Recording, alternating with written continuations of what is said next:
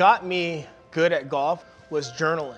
My parents couldn't afford for me to go to see a golf instructor, so I bought Jack Nicklaus Golf My Way, and I'd buy books, I'd go to a library, and I would journal, and I'd hit balls, and I would see a ball curve a certain way. I would notice how I was standing or what I did to make a ball curve a certain way. And so I figured that, hey, my golf swing may not be the prettiest, it may not be the best technique, but no one's gonna know how their ball curves better than me. When I got into college in Pepperdine, I thought I hit the lottery. For me, I'm thinking in my head, like the level that I'm about to go on with my work ethic and having these resources, I was gonna be a superstar. I'm thinking, am I even gonna finish college? Because I'm ready to just burst. Pepperdine's in Malibu, California. It's on the coast. There's a road where the freeway turns into the highway that goes up the coast. There's a massive hill, and over this hill, if you're getting the right time of day, there's a massive blind spot that happens. All the traffic on the freeway had come to a complete stop. One of my buddies said, hey, Randall, we're about to get hit.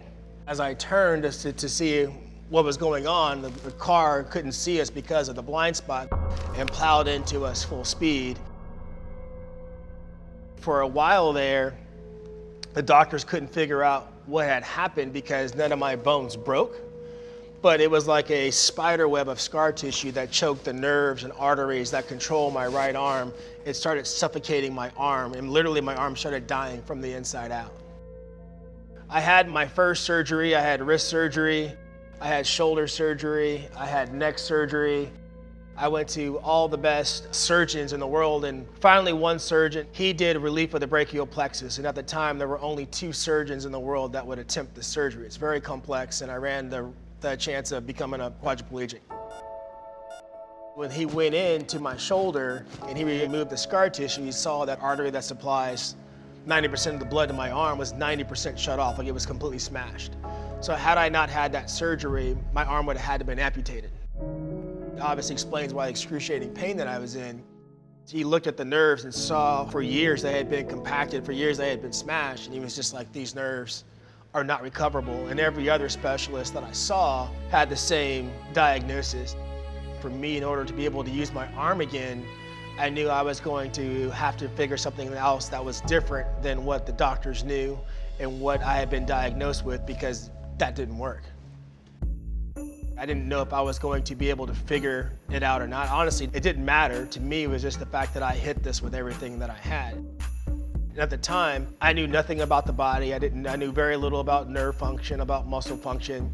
So I started going to medical libraries and saying, hey, well, what is a chiropractor? What are the manuals that they read? I'd read those manuals and memorize those manuals. What does a PT go through? I'd read those manuals. What does orthopedic go through? What does acupuncture go through? I put myself through these different modalities to learn as much information I could about the body.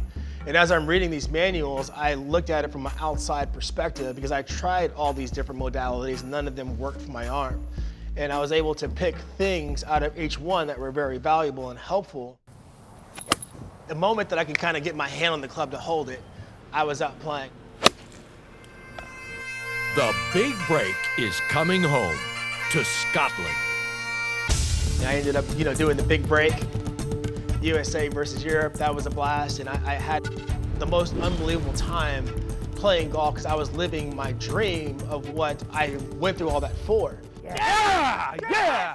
And I remember asking myself this question.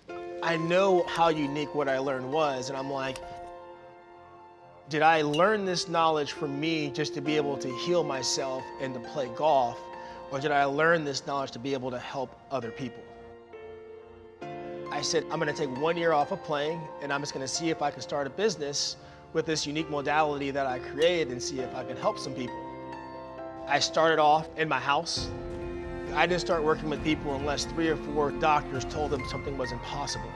Ready and resist. And I knew once I started doing that I was not going to return to playing professional golf. I knew that my calling and my purpose was service and helping people with the modality that we do.